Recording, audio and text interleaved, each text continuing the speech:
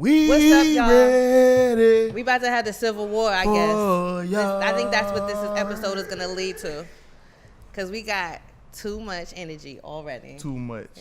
So what's up, y'all? It's Kymmy Cocoa. GT. And we are your hosts of Innovative Black Stations, Connecting the Dots. Connecting the fucking dots. And today we wanted to have a discussion. You know what I mean? Ain't no right and no wrong. Well, there is. But, you know, we're just going to have a little talk. We're going to have a debate. We're going to get into it today. Sparked by the recent events, you know what I mean? So it's just, you know, an open dialogue. Feel free to tell us what you think, too. But we're going to talk about slavery as a whole. 400 years of slavery. And mental illness. We're going to get into mental illness, two separate topics. And we're also going to talk about Starbucks. The situation that happened in Starbucks in Philadelphia. Actually, you know, the outcome of what happened. And just some things that have been going on locally in the government. Keisha Lance Bottoms had her State of the City address and talked about a couple of things. So we're going to take our time because GT done already tried to give his disclosure before the show. I'm going to try to... So start us off, please. I'm going to put y'all on game with mental illness. So the statistics that I'm going to give y'all is actually globally. The last episode I spoke to y'all about mental illness, it was actually mental illness in America. But I'm going to give y'all some global statistics. So 300 million people around the globe suffer from mental illness, which is 1 in 5 adults, equivalent to 43.8 million adults.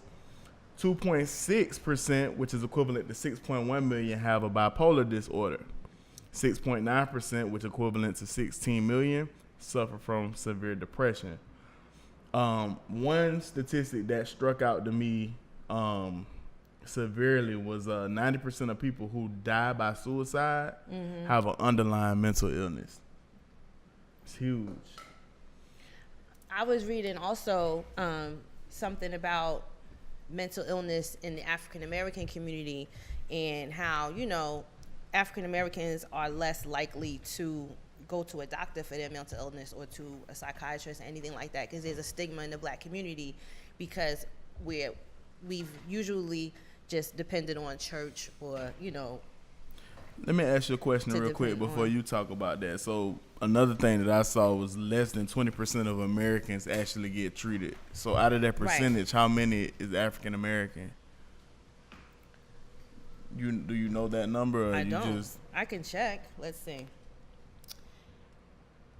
I mean, the thing that I was reading was that African Americans have been suffering from large numbers of mental illness for years, like ever since post-slavery, and they just never classified it as mental illness. Right. Like if there's somebody that's down or whatever, it could be symptoms of depression, but people in their family are more likely to say, you know, just pray about it, or, you know, nothing is wrong with you, or just keep pushing, because historically that's what we've always had to do. Right. So let's see African American statistics.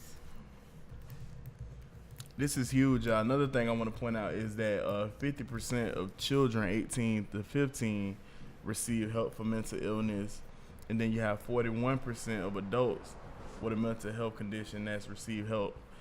Now, keep in mind, like I said, this is global statistics. This is not just statistics that's in America, which is something, like I said in a previous episode that I actually went over with you guys. 18.1% of people around the globe live with an anxiety disorder. Right. So, Kim, you got your statistics pulled up yet?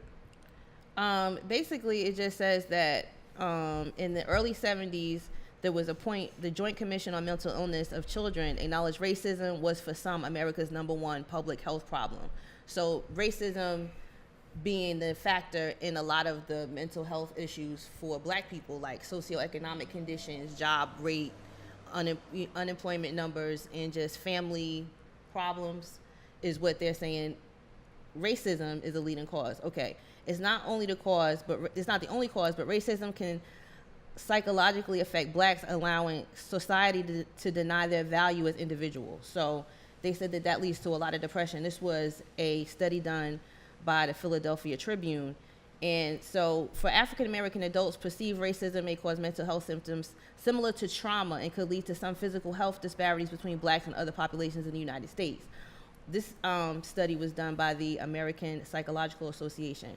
So African Americans underestimate the impact of mental disorders and believe symptoms of mental illness such as depression are just the blues. So racism is a cause of a lot of issues, and I guess that's one of the things we're going to talk about later, but this also leads to mental health issues. So I think it's just because we naturally, as a people, we feel like because our ancestors have went through the slavery, went through the civil rights and all that, they just feel like if we're strong enough as a people to go through that, then we should be able to beat mental illness, which is why I think in our community that's something that we do not take as seriously as other races would.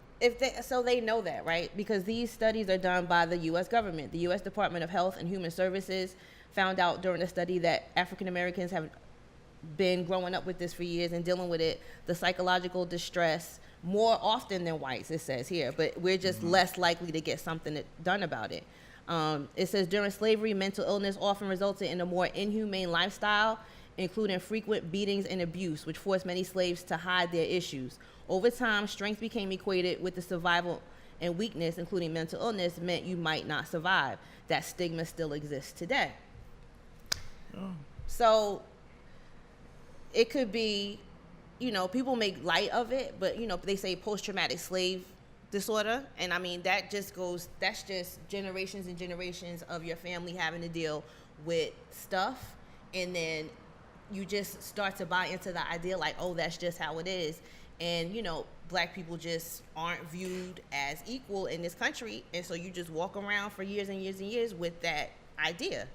And so I think that's one of the things that people just never really discuss, because I know that there are generations of families that really never discuss what happened to them during not only slavery, but Jim Crow. I mean, it's just institutionalized. So because there's certain parts of the history that they want to hide, like being raped. Or they just don't want their children to feel bad. Like, so. I mean, history is history, like me and you had a discussion earlier in the week on the phone. And we were saying, all of us at this point are basically mutts. Like, we have whites in our family. Like, we've had family that we have certain parts of our family that hasn't come from Africa.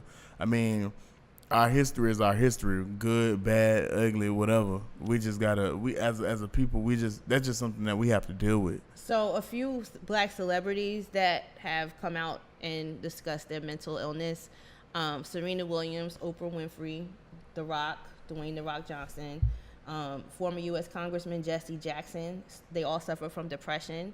Michael Jackson was said to have a condition which caused negative preoccupation with body image. Nina Simone, she was bipolar. Chris Brown, DMX, Mike Tyson, Don Cornelius, even Dr. Martin Luther King suffered from depression and was suicidal at times.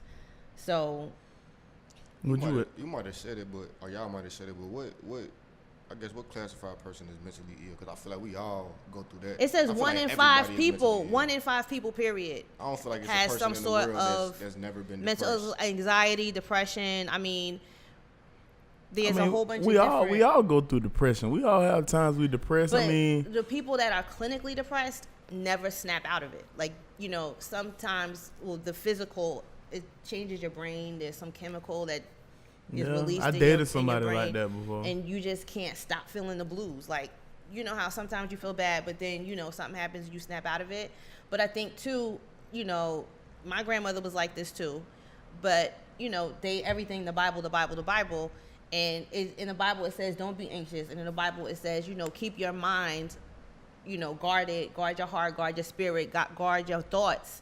And so I think that's why people continue to lean on that. For some people it works, but for some people it doesn't, and it's like a real physical illness, and you have to take medicine for it. How much of that is self-induced?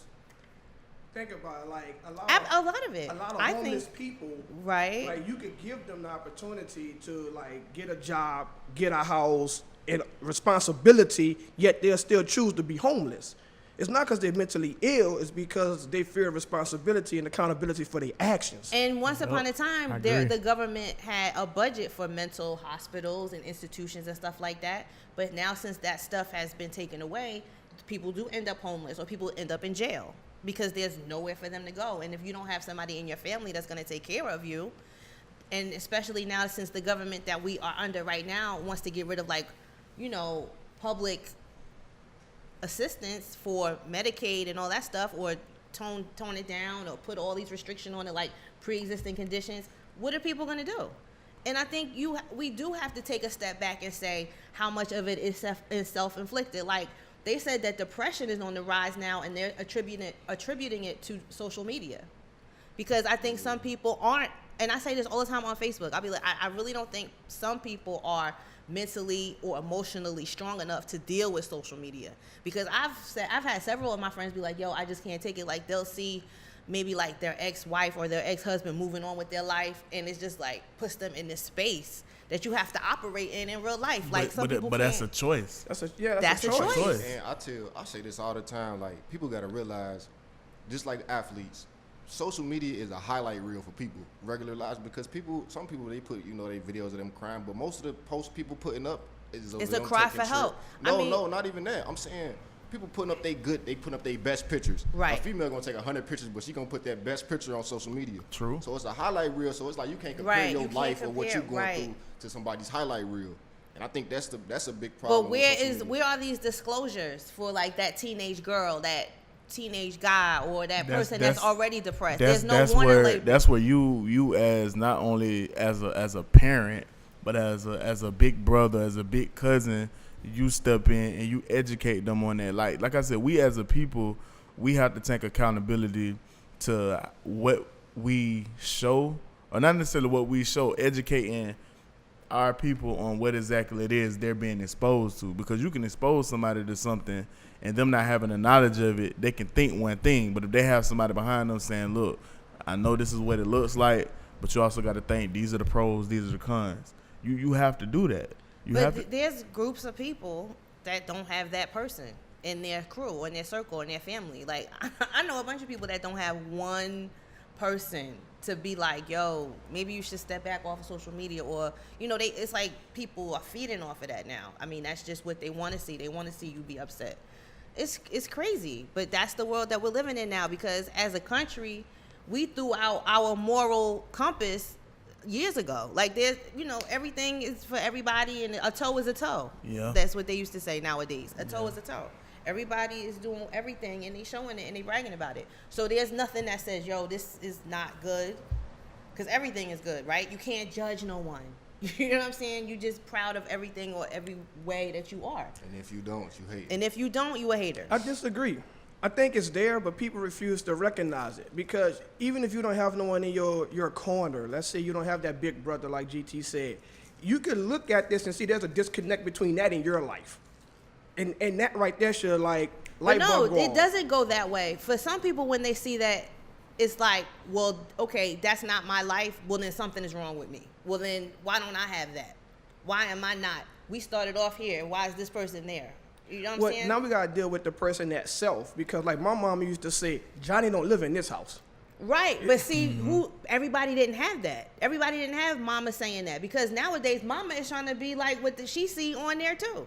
Like, it's crazy. Like, it's really, really, really, really crazy. I'm just glad I had one kid and she's grown already, because I would hate to have to explain to a child nowadays what's right and what's wrong, because it's like you against the world for real. Because you're saying one thing, the world is saying another thing. Right. So you really, like you said, you have to just try to pay attention to people. I see that one dude, that boxer, he's always on social media. Yeah, he's mentally ill as well. So too. I mean, I guess the way we could do it is we have to make sure, like I always say, your local government, Congress, and all of them make ways for people to pay for it. But you don't even have to. You don't even have to pay. If you need to talk to somebody, you can call the mental illness hotline at 1-877-434-8558. It's a 24/7 line. You can call them anytime and talk about need to pray. anything. People do need to pray, but once again, 1-877-434-8558. My statistics came from Fortune.com.